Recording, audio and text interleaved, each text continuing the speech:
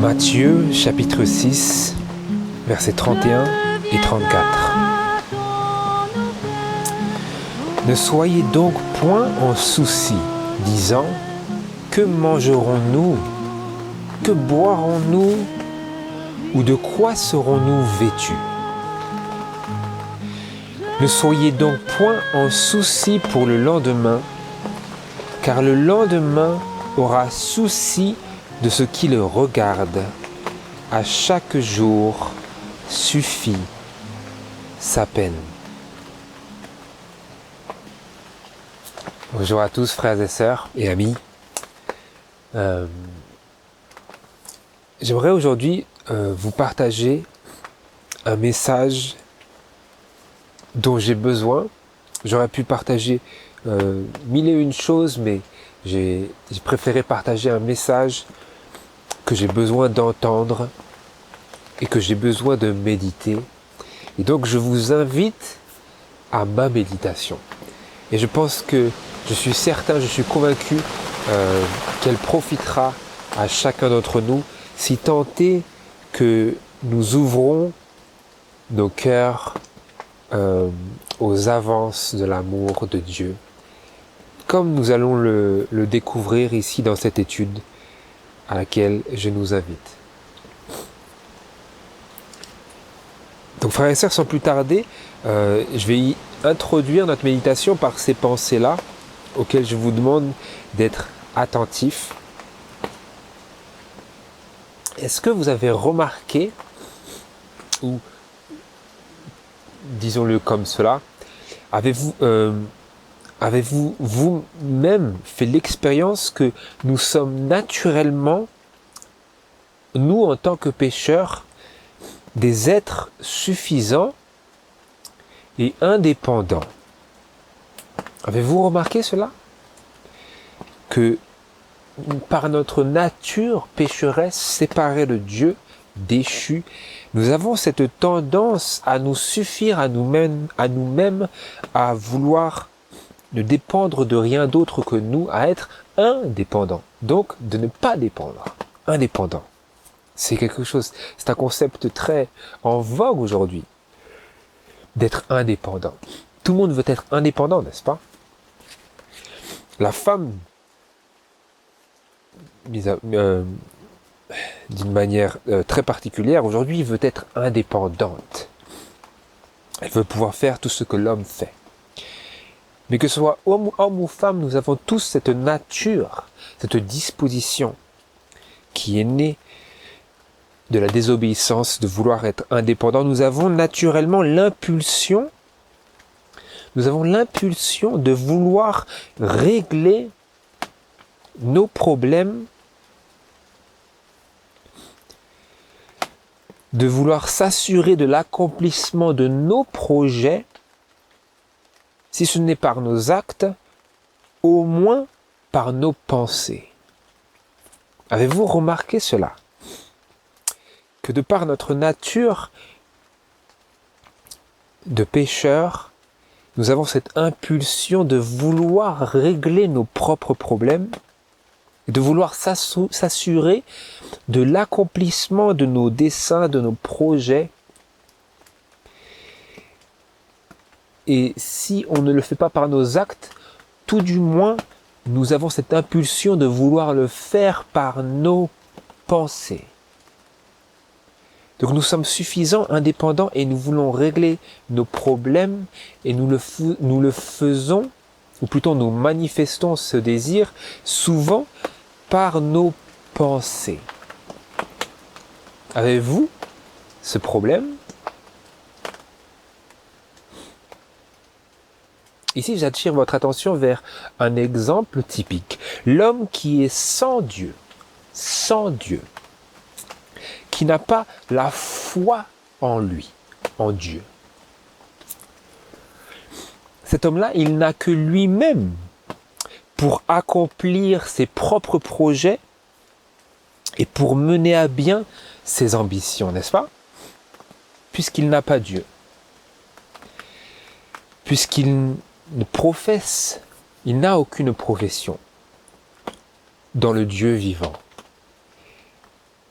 et en Jésus-Christ, eh bien, il n'a que lui-même pour accomplir ses propres projets, puisqu'il ne s'en remet pas à Dieu, puisque Dieu n'est pas dans son équation de vie.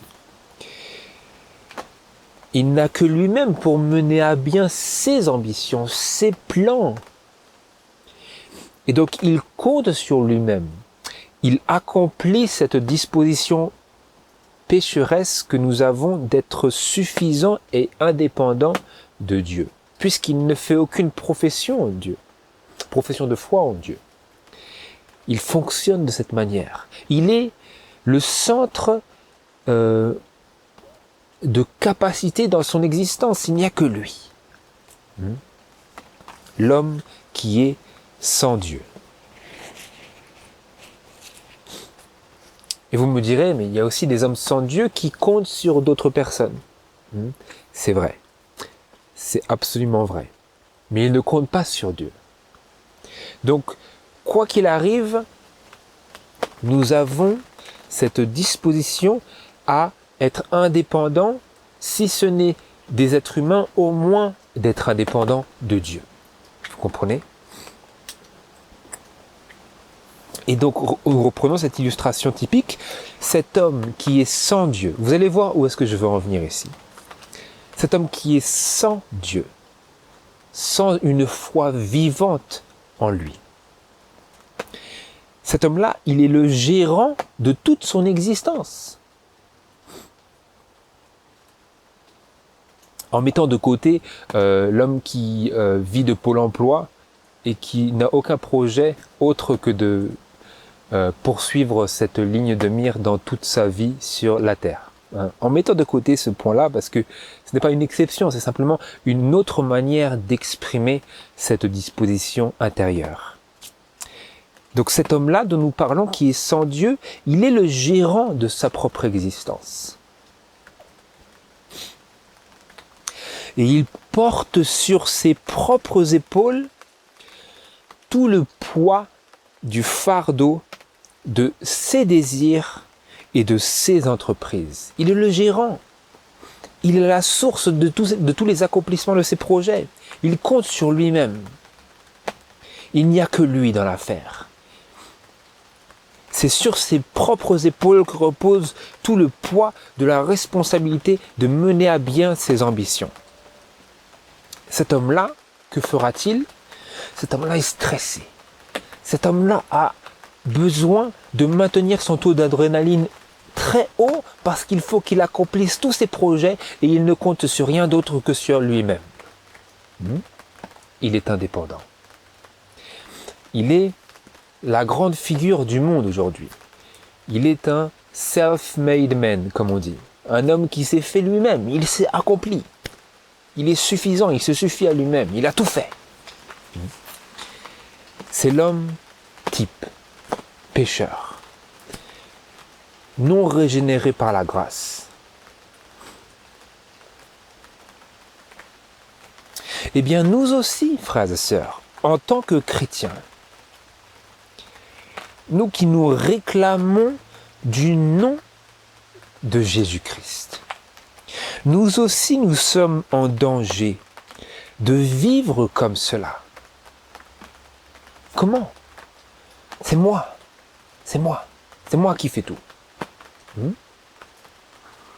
C'est moi qui fais tout, c'est sur moi que repose la responsabilité de l'accomplissement de tous mes projets. C'est moi. Et peut-être que dans nos actes, nous ne manifestons pas cette disposition, mais peut-être que dans nos pensées, nous sommes cet homme-là. Cet homme-là qui est le gérant de toute son existence. Avez-vous ce problème ?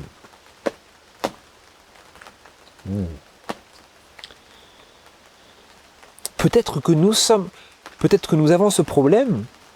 Nous sommes en danger, nous aussi, de vivre comme cela, d'être en souci comme cela. En souci. Cette personne a besoin de beaucoup de café.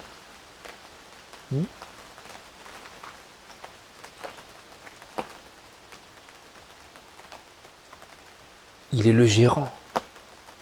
il faut qu'il se maintienne en vie. Il ne compte que sur lui-même.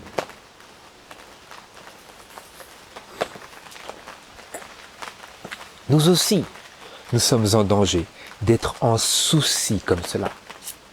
Cela ne se voit peut-être pas sur vos actions. Peut-être vous êtes un sépulcre blanchi. C'est merveilleux. À l'extérieur, on n'y voit que du feu. Mais peut-être qu'à l'intérieur, je suis le gérant de ma propre existence. Nous aussi, nous sommes en danger de marcher sans foi, sans force et sans soutien. Sans soutien, mis à part notre énergie charnelle et notre adrénaline limitée.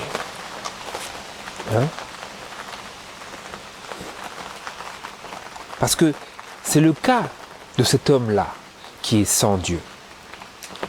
Son soutien, c'est lui-même. Son soutien, c'est sa famille. Son soutien, ce sont ses enfants. Son soutien, ce sont ses amis. Son soutien, c'est son verre d'alcool. Son soutien, c'est sa drogue.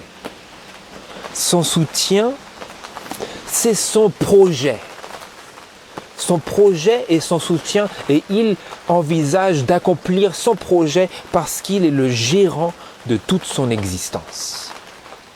C'est l'homme qui est sans Dieu, qui n'a pas de foi en Jésus. Est-ce que je suis aussi cet homme-là? Es-tu, mon frère, cet homme-là? Es-tu ma sœur, cette femme-là, la gérante de ta propre existence?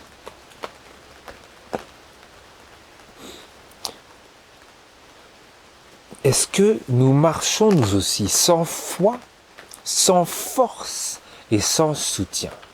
Parce que nous essayons, tant bien que mal, si ce n'est par nos actes, au moins par nos pensées, d'accomplir nos projets.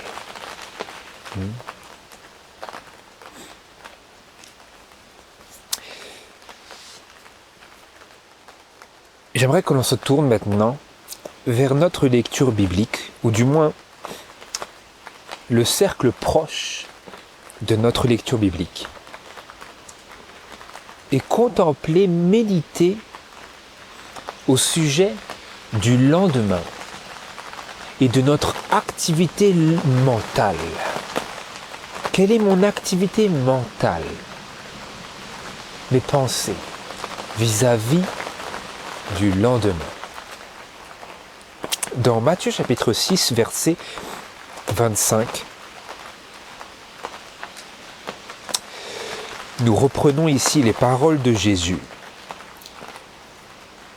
Matthieu chapitre 6, verset 25, où il dit « Ne soyez point en souci pour votre vie, de ce que vous mangerez et de ce que vous boirez, ni pour votre corps, de quoi vous serez vêtus.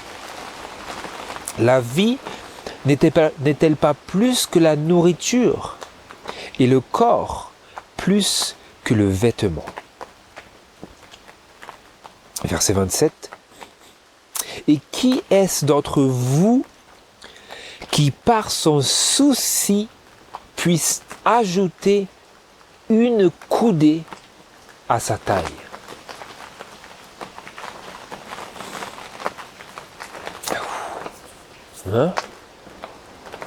Avez-vous déjà contemplé ce sujet-là? Il se peut que vous soyez adventiste depuis des années, chrétien depuis des années, ou quand bien même vous n'ayez pas été chrétien, cette pensée de la parole de Dieu vous a collé depuis des années. Vous la connaissez. Sur le bout de la langue, vous la connaissez, mais peut-être que je ne l'ai pas pratiqué comme je le devais. Que dit-il? Que dit le Seigneur Jésus? Et qui est-ce d'entre vous qui, par son souci, puisse ajouter une coudée à sa taille? Est-ce que je peux me rendre plus grand d'1 centimètre par la multitude de mes inquiétudes?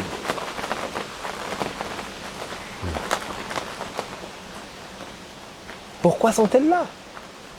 À quoi me servent-elles si elles ne peuvent même pas m'ajouter une coudée? 1 millimètre, même pas 1 millimètre. Toutes ces inquiétudes ne m'ont jamais ajouté ne serait-ce qu'1 millimètre à ma taille. Quelle est leur utilité?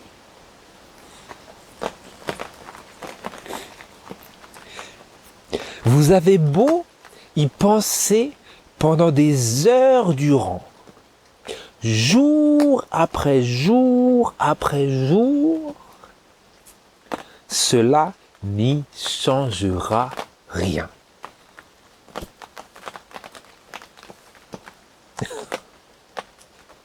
Quoi?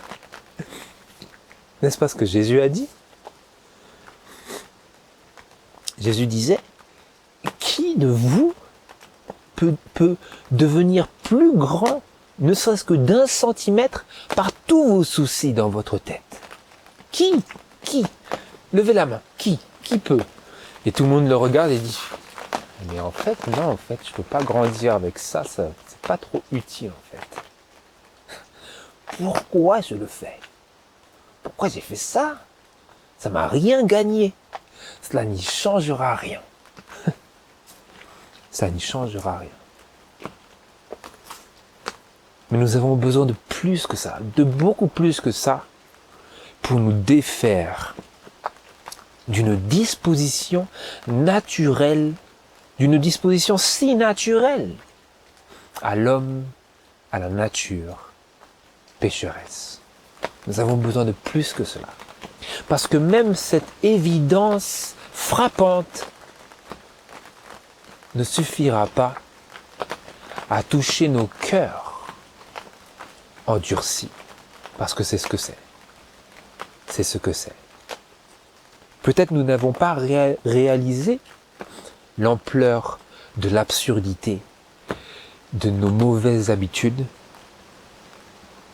Mais même si les meilleures preuves nous étaient présentées, il nous manquerait un ingrédient indispensable. Et c'est ce que, par la grâce de Dieu, j'aimerais que l'on puisse toucher ici aujourd'hui et réaliser.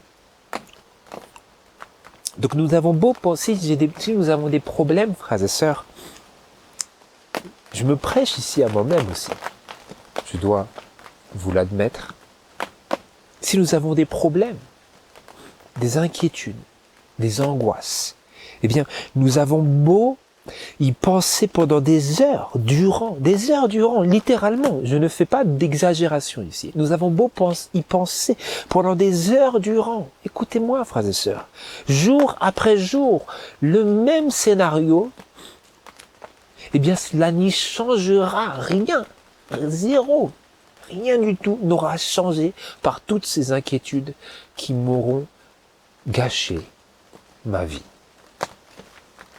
Et qui auront sapé mon existence, mon énergie spirituelle, qui m'auront privé de tant de jours bénis à marcher avec le Seigneur Jésus.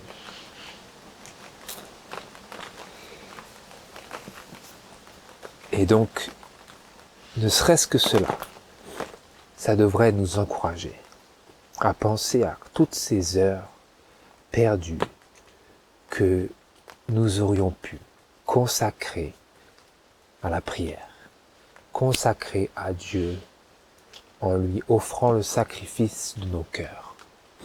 Nous allons le voir aujourd'hui. C'est juste une brève introduction rapide comme cela de ce qui me vient à l'esprit quand j'y pense. Mais nous allons le trouver dans la parole de Dieu pour pouvoir avoir une assise ferme et scripturale pour les jours prochains. Parce que cela a pour but d'enclencher, de commencer une nouvelle vie. Une nouvelle vie. Dans Matthieu maintenant, nous continuons. Matthieu chapitre 6, verset 31. Vous connaissez, nous passons le verset 26 et 28 vis-à-vis des oiseaux qui ne sèment pas, mais ils ne moissonnent, mais le Père Céleste prend soin d'eux. Vous connaissez aussi les lys des champs que Jésus nous donne comme une illustration de la manière dont Dieu prend soin des plus petites choses et qui est une assurance pour nous, qu'il prendra aussi soin de ces plus grandes choses, de sa création, de l'homme qu'il a créé à son image.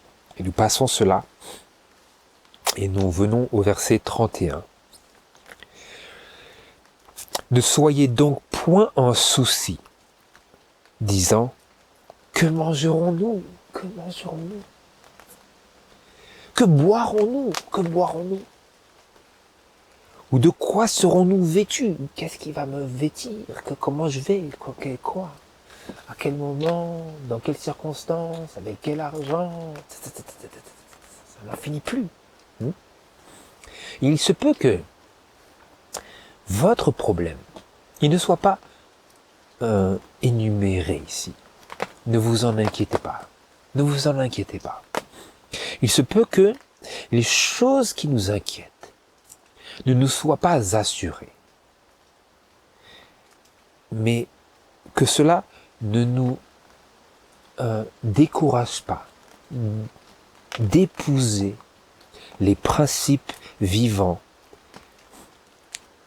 que Jésus ici nous présente. Que cela ne nous décourage pas. Si notre problème n'est pas sur le manger ou le boire ou le vêtement, écoutons tout de même ce que le Seigneur veut nous dire. Et la lumière brillera dans notre esprit. Un peu comme cela. Ne soyez donc point en souci disant, que mangerons-nous, que boirons-nous, ou de quoi serons-nous vêtus, verset 32. Car ce sont les païens qui recherchent toutes ces choses. Et votre Père céleste sait que vous avez besoin de toutes ces choses-là. Mais cherchez, écoutons le principe, mais cherchez premièrement le royaume de Dieu et sa justice, et toutes ces choses vous seront données par-dessus.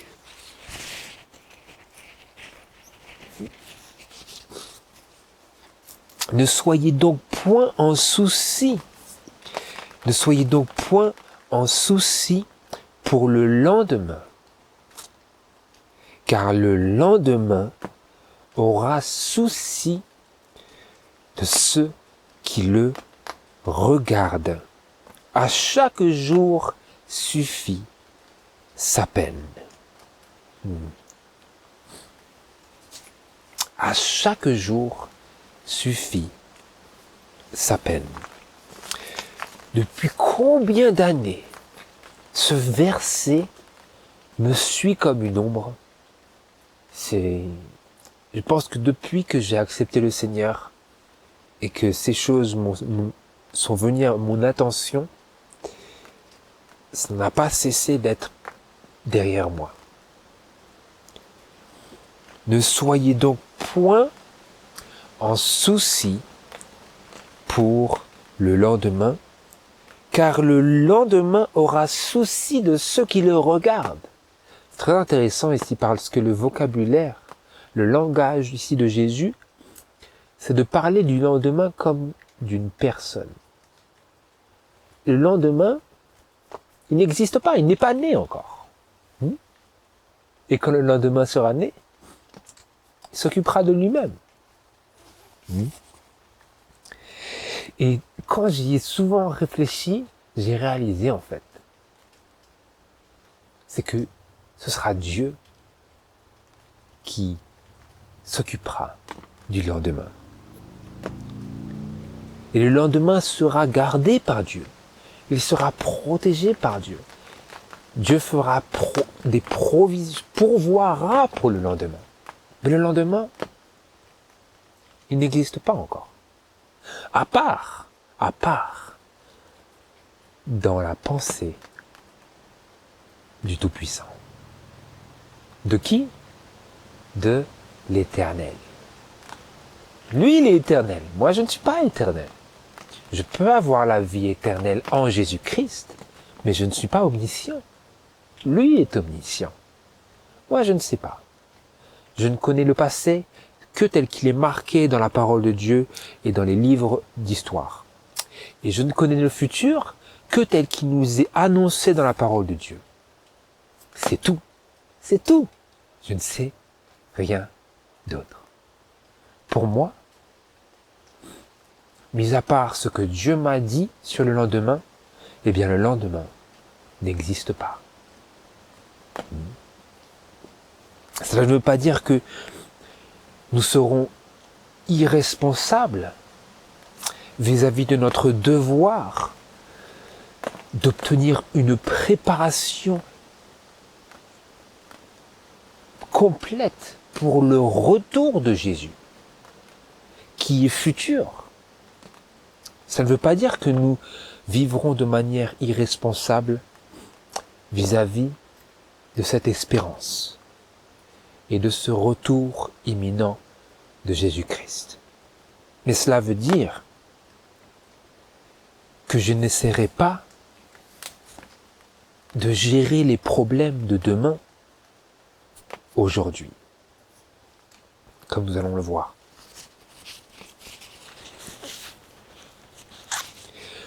Donc, il n'y a pas de mal à faire des préparations pour anticiper la pauvreté ou la disette, tant qu'on le peut. D'économiser, si on le peut. Il n'y a pas de mal à cela, d'anticiper le lendemain, non pas de manière anxieuse, mais d'une manière prudente. Si c'est une prudence qui est dirigée par la sagesse, il n'y a aucun mal en cela et Dieu encourage cela. Tant que nous ne cherchons pas à accumuler des richesses ici-bas, mais simplement à pourvoir à des besoins futurs qui sont une évidence. Par exemple, si je gagne plus à un certain moment et que je sais que je gagnerai moins à un autre moment, eh bien, il convient de faire des économies. Mais toutefois, on ne devrait pas s'inquiéter en nous-mêmes d'un problème qui n'existe même pas encore et dont on ne peut même pas être sûr qu'il existera plus tard. Car, comme Jésus l'a dit, le lendemain aura souci de ceux qui le regardent. Le lendemain, Dieu pourvoira aux problèmes qui se présenteront. Mais nous n'avons pas aujourd'hui à nous soucier du lendemain.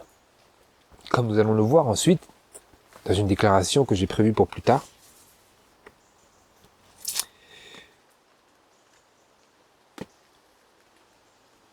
Et comme la parole le dit, à chaque jour suffit sa peine. La peine d'aujourd'hui, elle nous suffit largement et nous n'avons pas besoin d'y ajouter la peine supposée de demain, d'après-demain, du mois prochain, de l'année prochaine et de l'année d'après, etc., etc.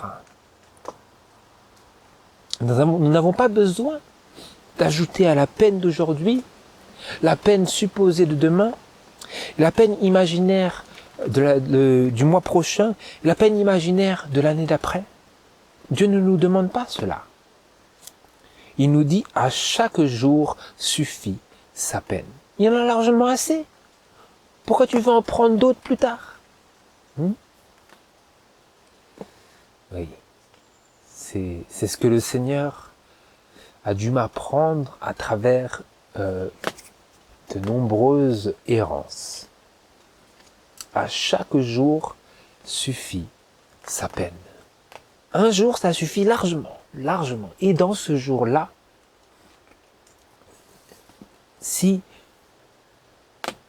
je me concentre sur la peine de ce jour-là, comme nous allons le voir, sans y ajouter la peine imaginaire ou envisagée de demain et d'après-demain, etc., eh bien nous réaliserons que nous pouvons tout à fait obtenir la victoire aujourd'hui. Mais cette activité mentale d'essayer de gérer les problèmes de demain aujourd'hui dans nos pensées, eh bien, c'est la recette idéale pour notre découragement complet. La recette idéale d'accumuler tous les problèmes que nous pouvons imaginer aujourd'hui. Nous serons inévitablement découragés, affaiblis, accablés, détournés de ce qui aurait dû et qui devrait être notre concentration principale. C'est de communier avec Dieu.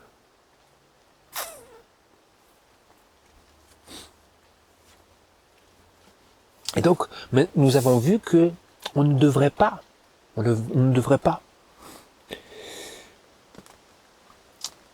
essayer de régler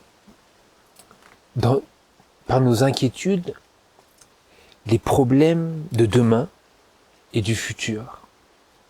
Mais que devrions-nous donc faire de toutes ces anxiétés et de toutes ces inquiétudes qui souvent nous narguent, qui souvent nous tirent comme un enfant par le pantalon?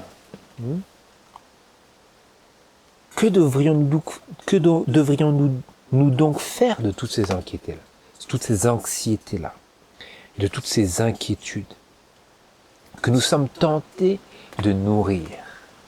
Parce qu'il s'agit d'un problème de la tentation. Mais j'ai choisi d'examiner ce sujet-là vu de l'angle de notre propre disposition. Parce que quand bien même il est vrai que le diable nous tente à cela,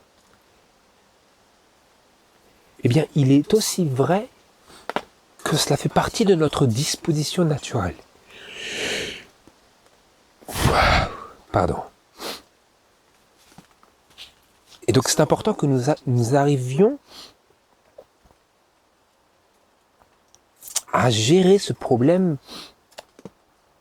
en comprenant qu'est-ce qui, à l'intérieur de moi, répond si aisément aux tentations du diable. Donc Jésus a dit, pour répondre, ne soyez point en souci pour votre vie.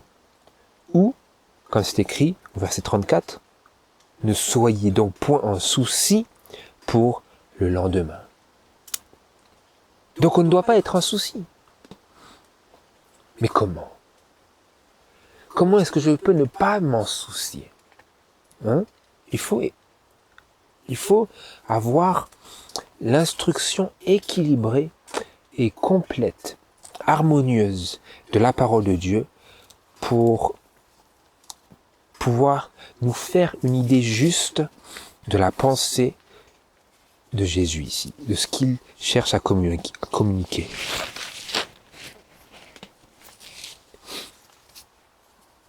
dans Philippiens chapitre 4, versets 6 et 7. Ne vous inquiétez de rien. Ne soyez pas en souci. Ne vous inquiétez de rien. Mais quoi?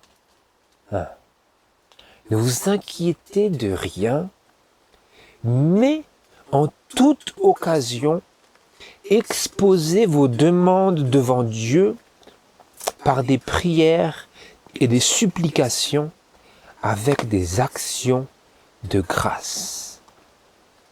Et la paix de Dieu, qui surpasse toute intelligence, gardera vos cœurs et vos pensées en Jésus-Christ.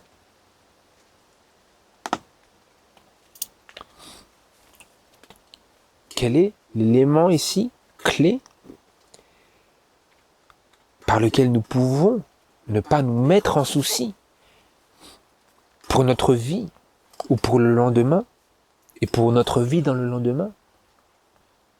Ne vous inquiétez de rien, mais en toute occasion,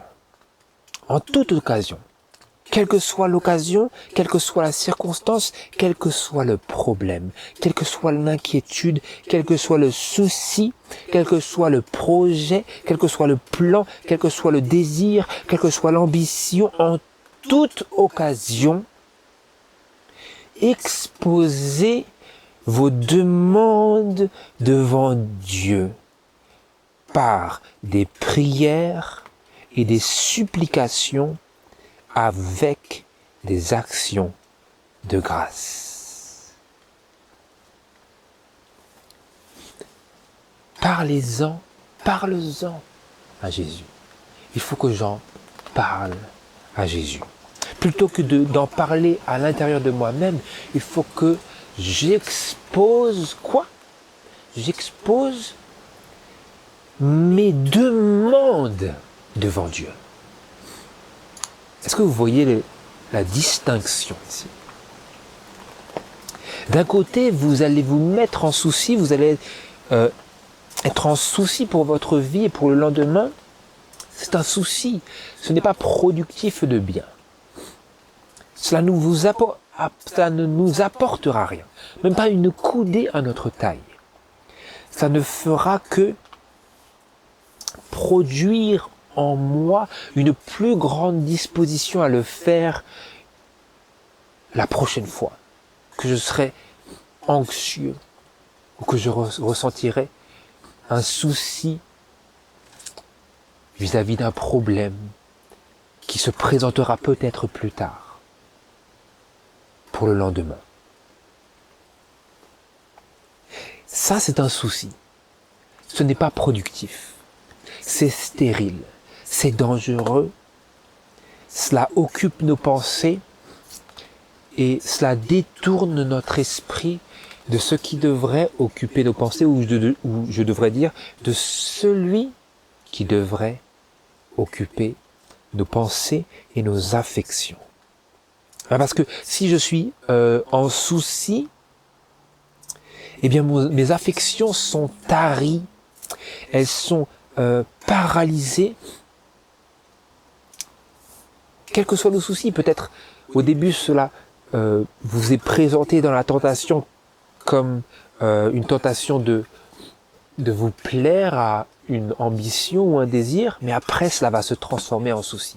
Vous pouvez être certain de cela. Au début, le diable, il vous tente d'une manière positive, et après vous réalisez que ce n'est qu'une imagination, que ce n'est qu'un rêve, et là vous êtes en souci. Parce que vos affections ont été attirées vers un objet. Mais quand la réalité de la parole de Dieu vous a frappé, eh bien, puisque vos affections étaient sur quelque chose qui n'existe pas, mais qui a été créé dans votre imagination par l'alchimiste Satan, eh bien, la connaissance biblique de la parole de Dieu vis-à-vis de ce que vous avez médité dans votre esprit va susciter un souci. Vous comprenez? Parce que ce n'est pas réel et maintenant, vos affections ont été attachées à quelque chose dont vous n'êtes même pas sûr. Parce que c'était concentré sur quelque chose qui n'existe pas, qui était comme un mirage. Donc cela, c'est le souci. Cela nous assèche à l'intérieur, cela nous trouble, ça nous angoisse. Mais Dieu ici nous dit à travers l'apôtre Paul, inspiré par le Saint-Esprit, exposez vos demandes devant Dieu. Vous voyez la différence? Au lieu que je m'en soucie, Dieu me dit, ne t'inquiète de rien, mais expose en toute occasion tes demandes devant Dieu. Donc si je suis en souci, je dis, Seigneur, je ne veux pas m'en inquiéter, mais j'aimerais bien que ceci, cela, et donc selon la volonté de Dieu, nous prions, Seigneur, je ne sais pas, je ne connais pas ta volonté, nous prions, et après, quand nous avons demandé à Dieu, par des prières et des supplications, nous nous adressons à lui avec des actions de grâce. Parce que quoi? Parce que nous choisissons de réaliser et de consentir et d'accepter que Dieu, il fait le bien pour moi. Comme nous avons lu dans Romains chapitre 8, verset 28, toutes choses concourent au bien de ceux qui aiment Dieu et qui sont appelés selon son dessein. Son dessein, c'est qu'il nous a prédestinés à devenir semblables à lui, tel que le Fils réfléchissait la gloire du Père. Nous sommes appelés à cela. Et toutes choses concourent à notre bien. Et donc, avec action de grâce, nous présentons à lui, non pas des inquiétudes, mais nous lui exprimons le fardeau de notre cœur. Je dis, Seigneur, ça m'inquiète cela, mais pourquoi je m'inquiète? Ne vous inquiétez de rien. Pourquoi? Parce que je sais qu'il a mon plus grand bien à cœur. Vous voyez? D'un côté, il y a le souci qui est une manifestation de cet homme qui est sans Dieu. C'est cela, c'est cette expression de l'homme charnel, le souci.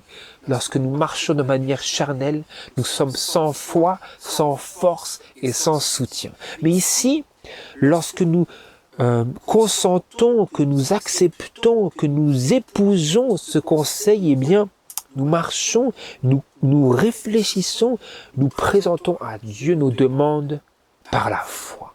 Nous exerçons notre foi et cette foi anime en nous le souvenir de sa parole qui nous dit que Dieu est amour et que Dieu se soucie, a soin de nous et que nous devrions lui confesser nos fautes et lui confesser nos anxiétés au lieu de les garder, au lieu de les nourrir, au lieu de les grandir, les remettre à lui. Ne vous inquiétez de rien, cela veut dire quoi? Ça veut dire, je m'en remets à lui, il peut les porter, je ne peux pas les porter. Je ne suis pas cet homme sans Dieu, je veux être avec Dieu, je veux marcher avec le Seigneur Jésus, et donc cet homme-là, je m'en dépouille, comme c'était marqué autre part, et je revais l'homme nouveau. Et cet homme nouveau, c'est un homme qui est un homme de foi. C'est Christ en moi l'espérance de la gloire. Il y a une espérance dans cet homme qui marche par la foi, qui pense par la foi. Plutôt que cet homme qui est charnel, qui ne fait que se soucier des choses, qui ne fait qu'être noirci par l'obscurité de ses incertitudes, de ses inquiétudes et de ses soucis qui sont sans fin et qui ne changeront rien à la situation.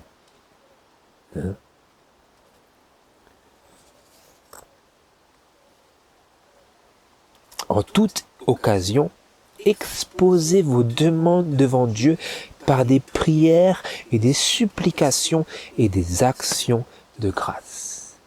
Ce petit élément ici, 1, 2, 3, 4, 5, ces 5 derniers mots ici sont vivants de signification parce que cela veut dire que quand je me présente devant Dieu, selon cet esprit-là, parce que c'est un esprit, c'est une mentalité, c'est une foi, eh bien, j'aurai à cœur, parce que le Saint-Esprit me rendra capable de cela, de remercier Dieu Non pas parce qu'il va faire tout ce que je veux, mais parce que je sais que Dieu est digne des actions de grâce les plus ferventes et digne de mes plus grandes affections. Il mérite cela, quelle que soit l'issue de ce qui me semblait être un problème. Lorsque je le remets à Dieu, lorsque je l'expose devant Dieu.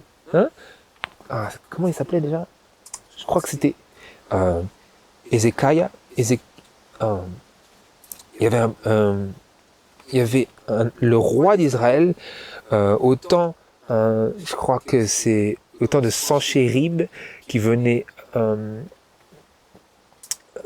envahir Jérusalem et qui s'apprêtait à assiéger la ville de Jérusalem.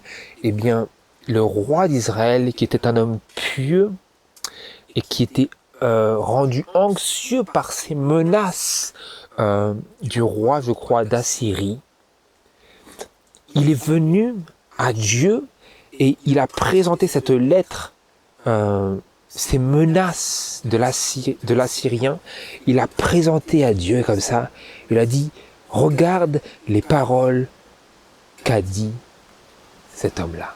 Contre toi, ces menaces, contre ton peuple.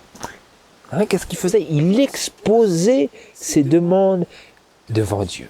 Et c'est ce que nous devrions faire. Au lieu de nous inquiéter, de nous fermer dans cette activité mentale stérile, nous devrions ouvrir nos cœurs, Seigneur. Regarde comment ils font ça. Regarde mes inquiétudes. Regarde. Et là, nous pouvons le prier avec action de grâce. Parce que cet esprit-là, il nous ouvre aux ondées, je crois que c'est ça, aux ondées du Saint-Esprit. Les pluies du Saint-Esprit tombent sur l'âme qui a ouvert son cœur à être menée gauche ou droite, telle qu'est la volonté de Dieu. Quelle que soit ta volonté, Seigneur, cet esprit-là, il créera en nous la gratitude. Et donc, au lieu d'essayer de résoudre le problème, en y réfléchissant dans ma tête, ce qui ne changera absolument rien, eh bien, je le présente à Dieu dans la prière. Et je n'attends pas la fin de la journée pour le faire. Je n'attends pas la fin de la journée pour régler ces problèmes avec Dieu. Dès que le diable me tente, je dis, Seigneur, regarde là. C'est toi. C'est toi. Je ne veux pas m'inquiéter de cela. L'avenir, il n'existe même pas. C'est toi qui le sais. Seigneur, le lendemain. Je le présente à Dieu, ce problème, dans la prière. J'en parle à Jésus. Je lui dis combien ces choses m'angoissent. Et je m'accroche à lui en lui confiant et en me déchargeant sur lui de mon fardeau de soucis et d'inquiétudes auxquels je ne peux rien changer. Comme c'est écrit dans le psaume 55, verset 23, je l'ai marqué, « Décharge-toi de ton fardeau sur l'Éternel et il te soutiendra. » Lui, il te soutiendra. Pas moi tout seul, je ne serai pas le gérant de ma propre existence. Dieu te soutiendra. Mais décharge-toi sur lui de ton fardeau d'abord. Que je me décharge sur lui de mon fardeau, que je ne le porte pas. Vous avez cette image du pèlerin, un pèlerin chrétien, qui s'appelle d'ailleurs Christian, dans le livre The Pilgrim's Progress par John Bunyan. Et il a un gros fardeau derrière lui. Et ce fardeau, il attend d'arriver à la croix pour le déposer. Eh bien nous, la croix nous est accessible. La croix, ce n'est pas un objet autour du cou. La croix, ce n'est pas un crucifix qu'on voit une fois par semaine. La croix, c'est le lieu où nous rencontrons Dieu par la foi. Pas besoin de confessionnel, pas besoin de prêtre, pas besoin de messe.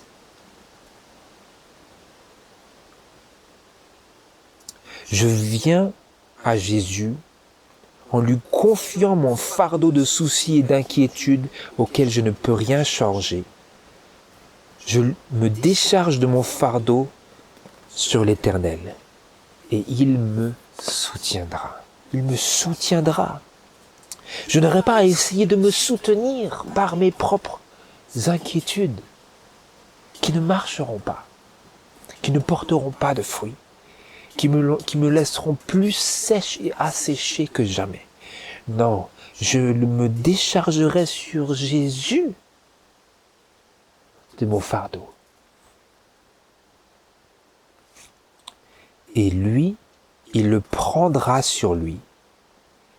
Parce que, comme c'est écrit dans Ésaïe 53, verset 4, il a porté nos maladies et il s'est chargé de nos douleurs. Il s'est chargé de nos douleurs. Et lorsque ces choses, donc, sont une douleur pour moi,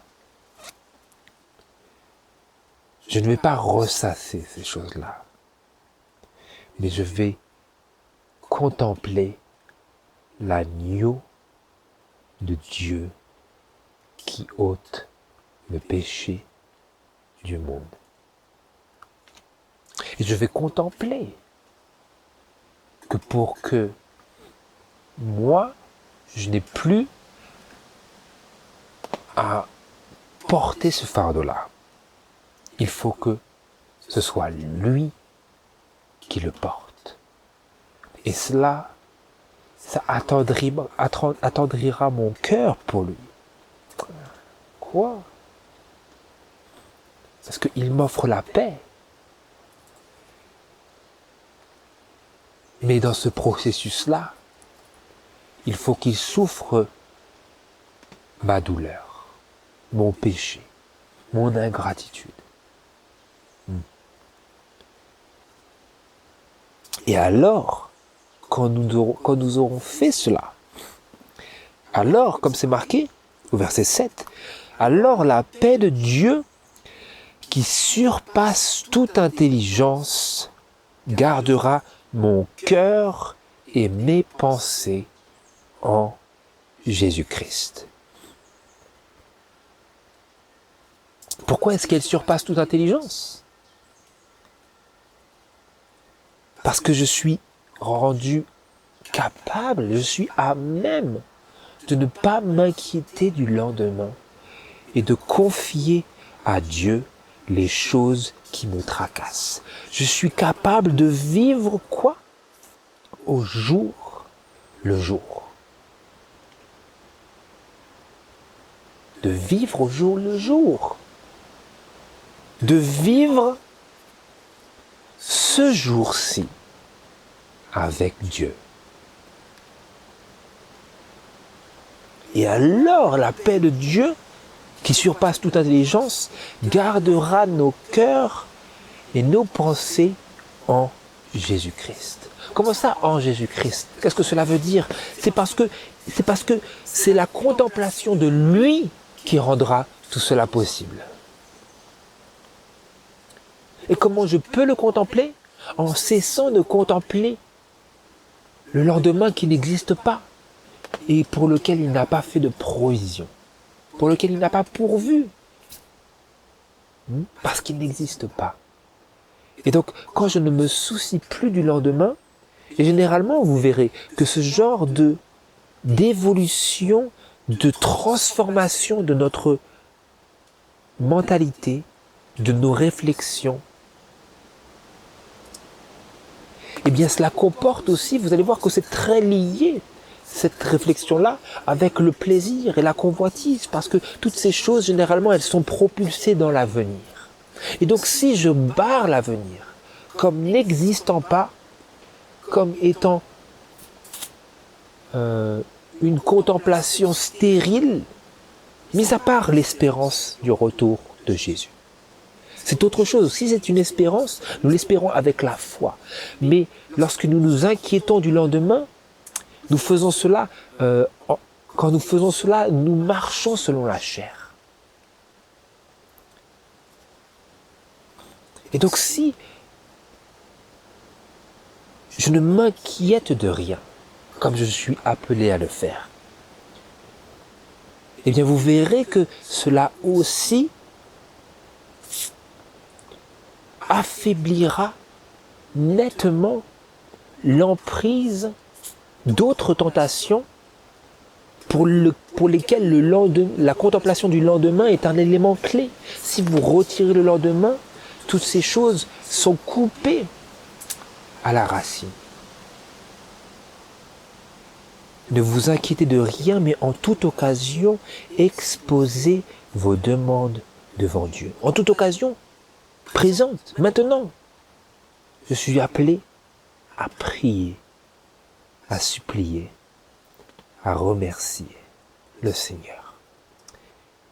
Et quand je fais cela, la paix de Dieu, quand nous faisons cela, la paix de Dieu qui surpasse toute intelligence, gardera vos cœurs et vos pensées en Jésus-Christ. Parce que lui, comme c'est écrit, Jésus-Christ le même aujourd'hui, hier et pour toujours. Je crois que c'est cela. Lui, il est l'alpha et l'oméga. Lui, il est le commencement et la fin. Moi, je ne connais que le présent. Et donc, lorsque j'abandonne ma contemplation futile et stérile du lendemain et mes inquiétudes vis-à-vis du lendemain, eh bien, je réaliserai que je suis dans le présent avec mon Dieu. Parce que Dieu est présent dans le présent. L'avenir n'existe pas. Et puisque l'avenir n'existe pas, il n'y a que le diable là-dedans. Vous comprenez? Dans cette contemplation charnelle. Nous pouvons explorer le futur dans la parole de Dieu, mais c'est autre chose. C'est autre chose. Parce que cela requiert de la foi en la parole de Dieu pour croire ces choses-là.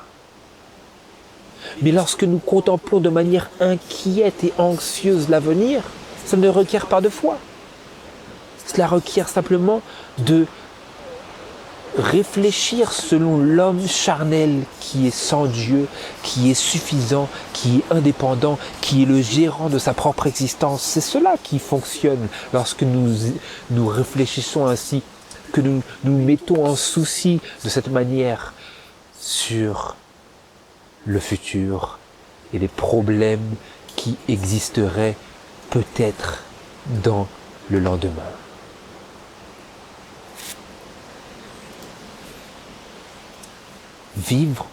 Vivre au jour le jour. C'est l'objectif maintenant de cette méditation qui nous a menés jusqu'ici. J'aimerais ici que l'on se tourne vers la déclaration de l'esprit de prophétie dans le livre Pour un bon équilibre mental et spirituel, le volume 2, à la page 487 et au paragraphe 5. Bon, on va laisser maintenant le Seigneur résumer notre méditation par le témoignage de Jésus et pour affermir les choses que nous avons contemplées aujourd'hui dans sa parole. Je lis. S'acquitter fidèlement de ses devoirs aujourd'hui, c'est la meilleure préparation aux épreuves de demain. Comment je peux me préparer pour ces choses au sujet desquelles j'ai été inquiet pendant si longtemps? Eh bien, en m'acquittant fidèlement de mes devoirs aujourd'hui. C'est la meilleure préparation possible aux épreuves de demain. Voilà.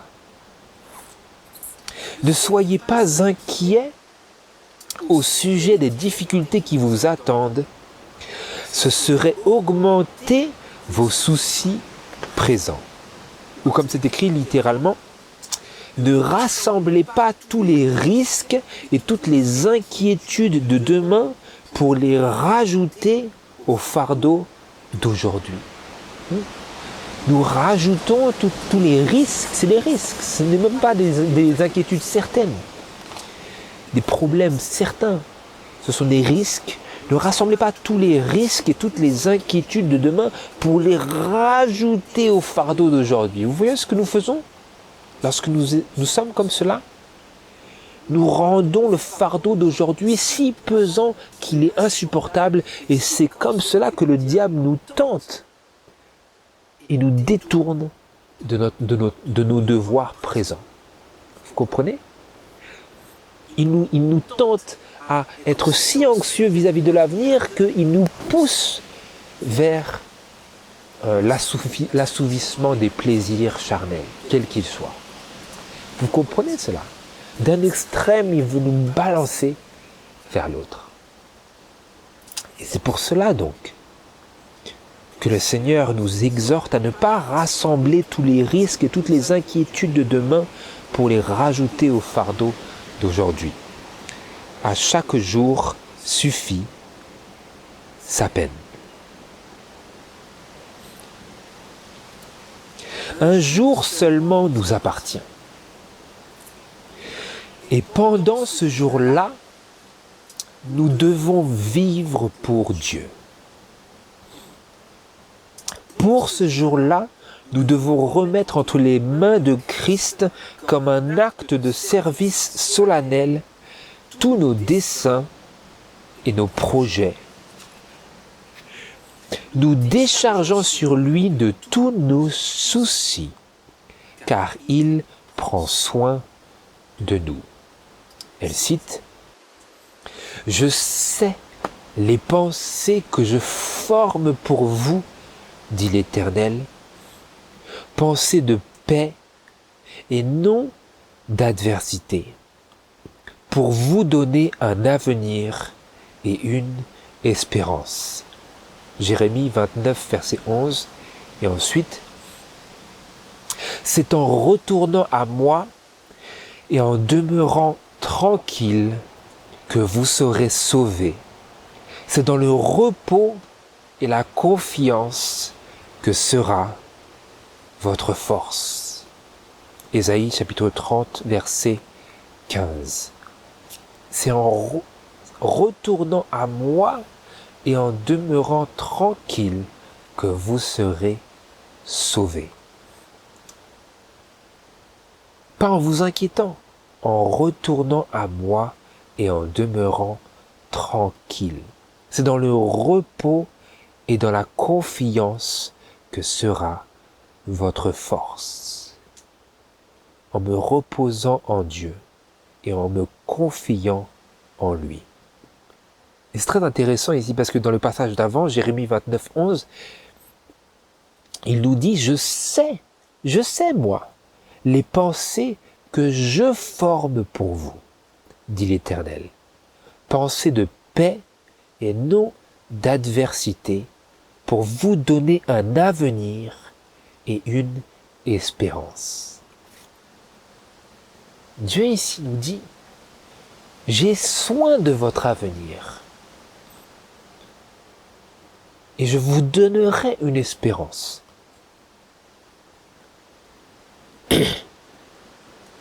Et les pensées qu'il forme pour nous sont des pensées de paix et non d'adversité.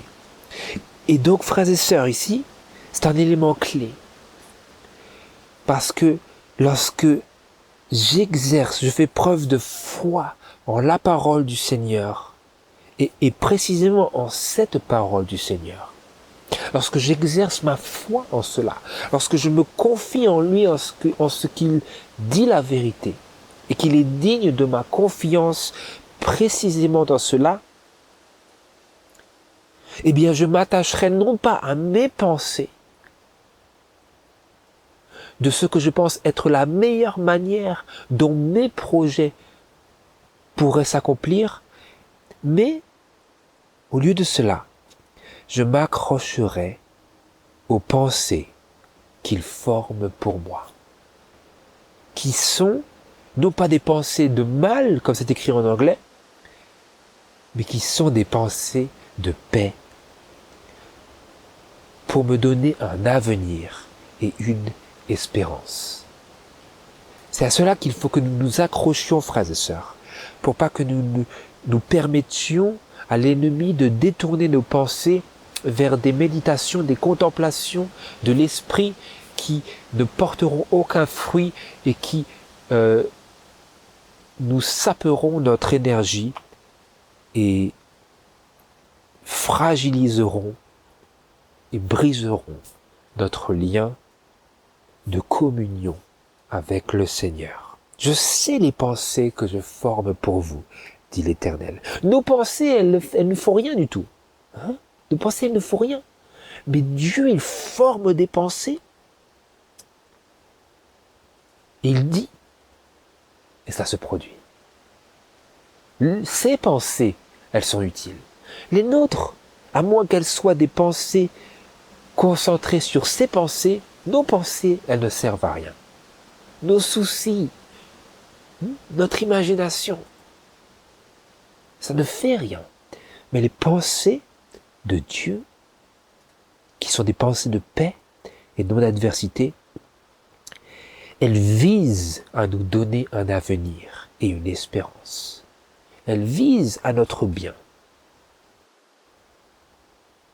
Lorsque Dieu forme des pensées, nous pouvons nous accrocher à cela.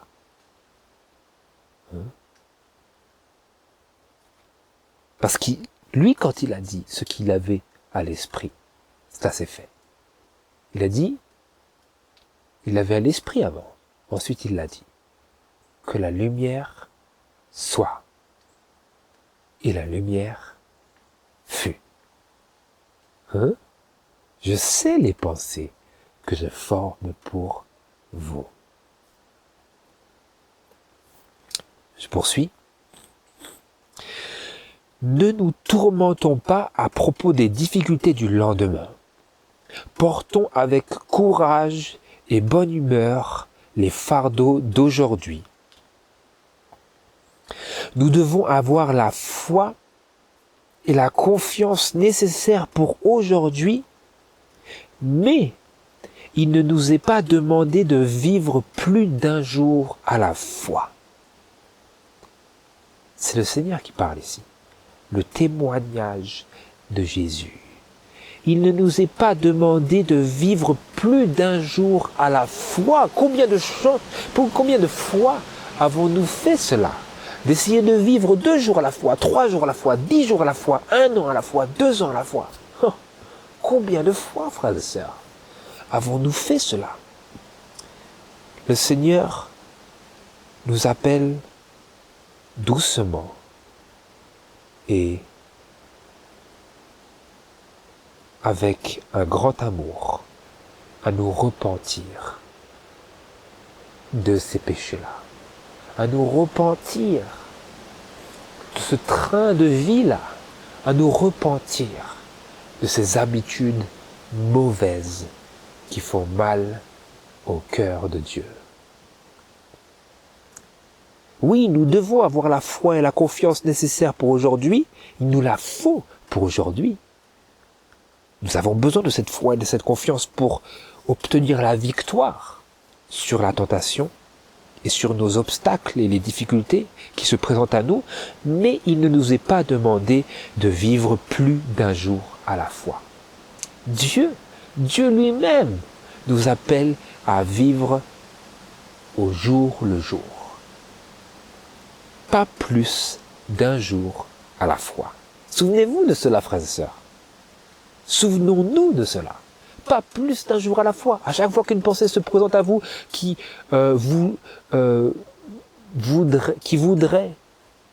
qui requiert de vous une contemplation non nécessaire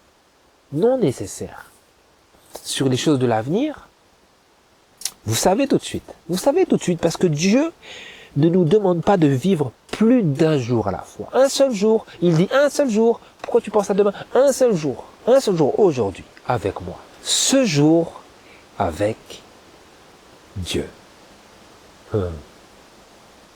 À chaque fois que vous pensez, par exemple, si demain,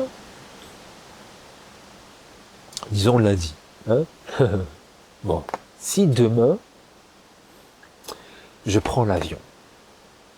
Non, disons lundi, je suis le dimanche et je le fais lundi. Pour lundi. Si on est le dimanche. Et lundi, je prends l'avion. Eh bien, je vais réfléchir à tout ce dont j'ai besoin. Je vais faire la liste dans ma tête. Mais ce n'est pas pour m'en inquiéter. Je suis juste en train de faire quelque chose dont j'ai vraiment besoin pour le lendemain. C'est une préparation imminente. Ce n'est pas une inquiétude. Si ça se transforme en inquiétude sur des choses que je ne peux pas changer, alors là, je m'arrêterai. Ça ne sert à rien. Vous comprenez?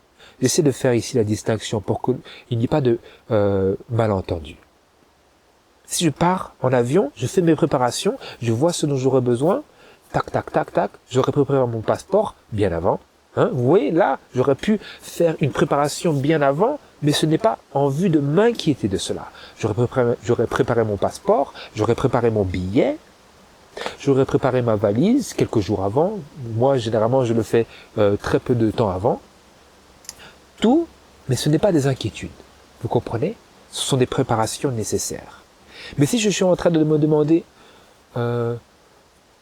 peut-être que dans l'avion, il y aura cela, je n'y peux rien. Ou peut-être qu'il va y avoir un accident, qu'est-ce que je peux faire pour... Non, je n'y peux rien. Je le laisse. Seigneur, je t'expose ma demande. Fais que j'ai un libre passage, que le trajet d'avion se passe bien, tu places ta bénédiction. Je n'y peux rien d'autre. Vous comprenez? Je relis. Il ne nous est pas demandé de vivre plus d'un jour à la fois. Celui qui donne la force nécessaire pour aujourd'hui donnera aussi la force pour demain. Donc je ne devrais pas m'inquiéter de comment je vais pouvoir accomplir cette chose demain, parce que je ne sens pas la force aujourd'hui. La force me sera donnée demain. Aujourd'hui, je n'ai que la force nécessaire pour aujourd'hui.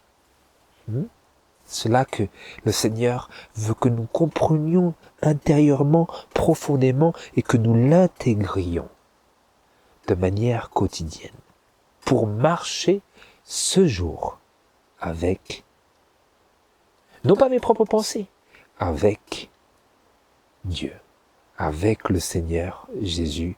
Je marche ce jour-ci.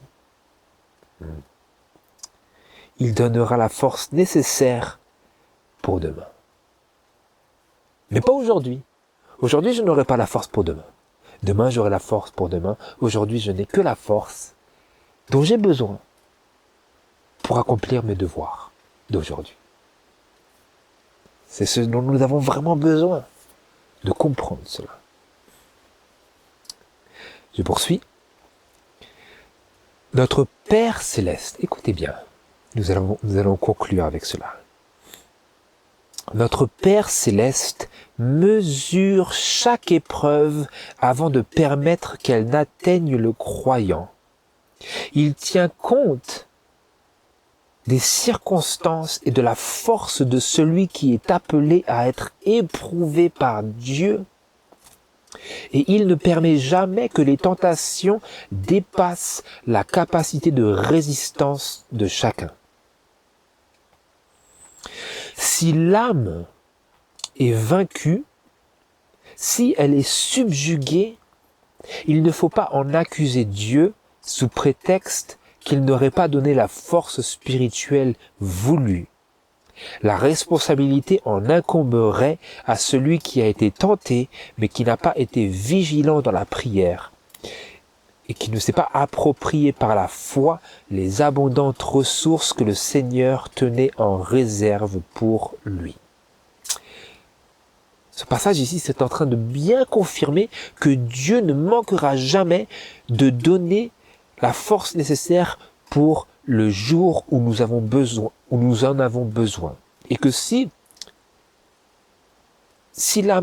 nous sommes vaincus, que nous sommes subjugués, il ne faut pas que nous en accusions Dieu, mais il faut bien comprendre que la responsabilité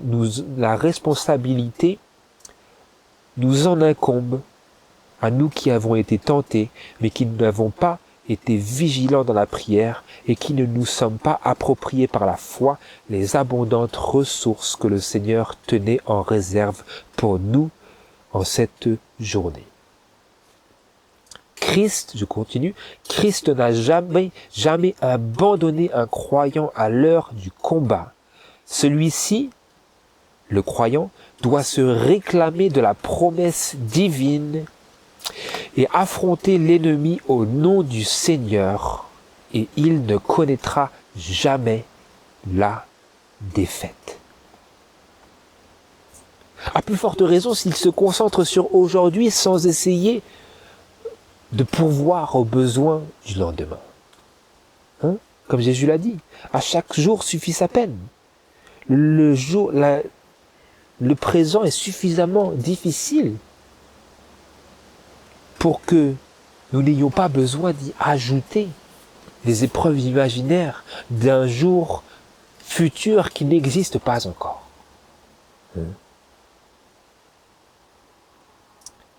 Si nous nous réclamons de la promesse divine et que nous affrontons l'ennemi en ce jour au nom du Seigneur, eh bien nous ne connaîtrons jamais la défaite. Si nous nous réclamons de la promesse, que nous faisons preuve de cette foi et de cette confiance dont nous avons besoin chaque jour. Je poursuis le même livre à la page 487 et au paragraphe 3. Tous autant que nous sommes, nous aspirons tellement au bonheur. N'est-ce pas vrai? Nous aspirons au bonheur. Tous. Mais peu le trouvent, le bonheur, parce qu'ils ne le cherchent pas comme il convient. Si nous cherchons le bonheur par nos inquiétudes, nous ne cherchons pas le bonheur comme il convient. Et donc, comment convient-il pour nous de chercher le bonheur afin de le trouver? Nous devons déployer tous nos efforts et mêler la foi à tous nos désirs. Alors, le bonheur vient presque sans être sollicité. Qu'est-ce que ça veut dire? Parce que je ne me suis pas inquiété du lendemain. Je me suis concentré à vivre au jour le jour, dans le présent, avec le Seigneur. Je me suis concentré à cette marche avec Dieu, comme Enoch marchait avec Dieu. Et donc quand le bonheur vient, sous quelque forme que ce soit, ou que ce soit simplement une réalisation personnelle de la richesse de cette relation que je peux avoir avec Jésus lorsque je fais taire toutes les autres voies, lorsque le bonheur vient, il vient presque sans être sollicité. Parce que je n'ai pas cherché le bonheur indépendamment de Dieu, mais j'ai cherché à plaire à Dieu. Et le bonheur est venu à moi presque de manière furtive. Vous comprenez? C'est cela que fait l'inquiétude. Nous cherchons à avoir quelque chose à l'extérieur de Dieu. Mais quand nous nous concentrons à faire la volonté de Dieu, de manière sans prendre en compte les résultats, qu'ils soient bons ou mauvais, eh bien, cela n'y manquera pas. Nous ferons l'expérience de cette paix qui surpasse toute intelligence. Et nos cœurs et nos pensées seront gardés en Jésus-Christ. Comme il avait dit dans Matthieu chapitre 6, verset 33, « Cherchez premièrement le royaume de Dieu et sa justice, et toutes ces choses qui sont bonnes, qui nous sont nécessaires selon la sagesse de Dieu et sa volonté, nous seront ajoutées. Elles viendront presque sans être sollicitées, parce que nous ne les avons pas cherchées ardemment en nous détournant de nos responsabilités et de nos devoirs envers Dieu. Nous nous sommes concentrés sur notre responsabilité de servir le Seigneur, de travailler dans son œuvre, de nous efforcer de lui plaire et de lui obéir. Et alors, lorsque nous avons déployé tous nos efforts et que nous avons mêlé la foi à tous nos désirs, eh bien le bonheur viendra presque sans être sollicité, presque par surprise. Lorsque nous pouvons, malgré les circonstances adverses, nous reposer sur son amour et nous réfugier en lui, nous confiant pleinement en son amour, le sentiment de sa présence nous inspirera une joie profonde et sereine. Cette expérience-là nous permettra d'acquérir une foi qui nous met à même de ne pas nous inquiéter, de ne pas nous tourmenter, mais de dépendre d'une puissance qui est infinie. Quelle est cette puissance? C'est Dieu. Dieu est cette puissance infinie. Lorsque, quelles que soient les circonstances adverses, les anxiétés, les inquiétudes, les perspectives non prometteuses de notre avenir, lorsque dans ces circonstances-là, nous nous reposons sur son amour, et nous venons nous réfugier à l'ombre de ses ailes en faisant confiance en son amour, confiance à sa parole, en nous réclamant de sa promesse divine, quelles que soient nos émotions, nos angoisses, nos inquiétudes, alors, lorsque nous avons choisi, quoi qu'il en soit, de nous reposer sur son amour, nous avons cette promesse que le sentiment de sa présence nous inspirera une joie profonde et sereine. La paix de Dieu, qui surpasse toute intelligence, gardera vos cœurs et vos pensées en Jésus-Christ. Cette expérience-là nous permettra d'acquérir une foi.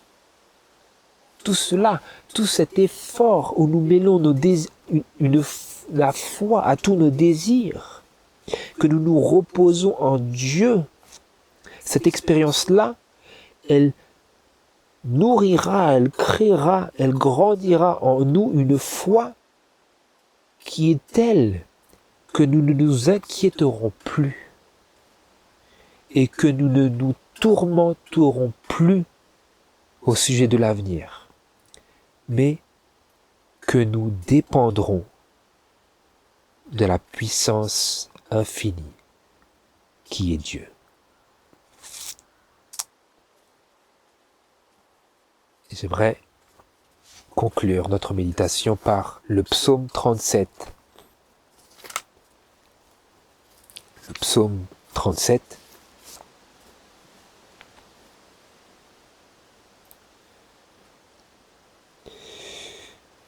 versets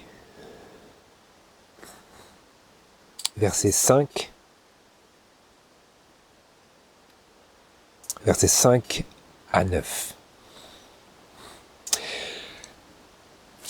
Remets ta voix à l'Éternel et te confie en lui, et il agira.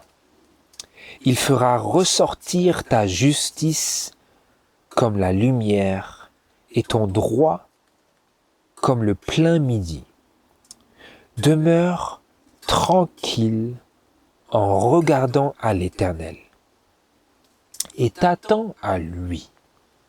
Ne t'irrite pas contre celui qui vient à bout de ses desseins. Réprime la colère et laisse l'emportement. Ne t'irrite point pour mal faire, car ceux qui font le mal seront retranchés, mais ceux qui s'attendent à l'Éternel posséderont la terre. Versets 3 et 4.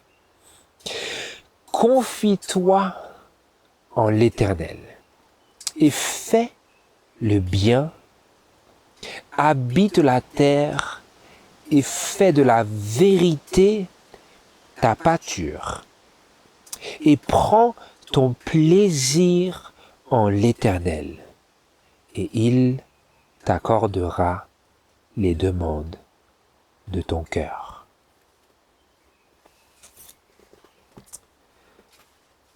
Donc voilà, frères et sœurs, nous devons lui remettre notre voix, lui remettre notre vie, nous confier en lui et s'attendre à ce que il agisse, à dépendre de ce que lui, il décide de faire, et à être reconnaissant pour quelle que soit l'issue, pour quelle que soit sa décision.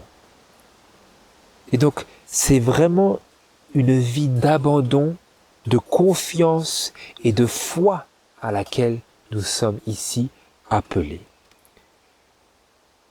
De nous abandonner à Dieu, de nous confier en lui et de mettre notre foi en sa parole. Et si nous vivons cette vie, alors nous pourrons vivre au jour le jour, sans nous mettre en souci pour le lendemain, parce que nous lui remettrons continuellement le lendemain entre ses mains, comme un petit enfant se confie en son Père qui a soin de lui. Voilà, puisse le Seigneur bénir ses paroles en nos cœurs pour faire fructifier sa parole dans nos vies et concrétiser notre résolution, notre détermination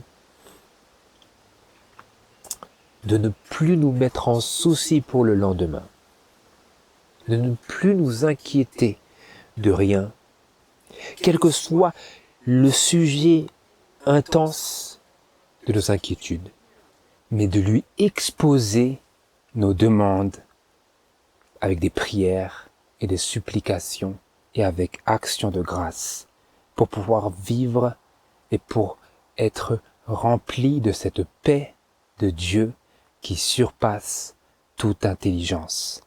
C'est ma prière. Amen.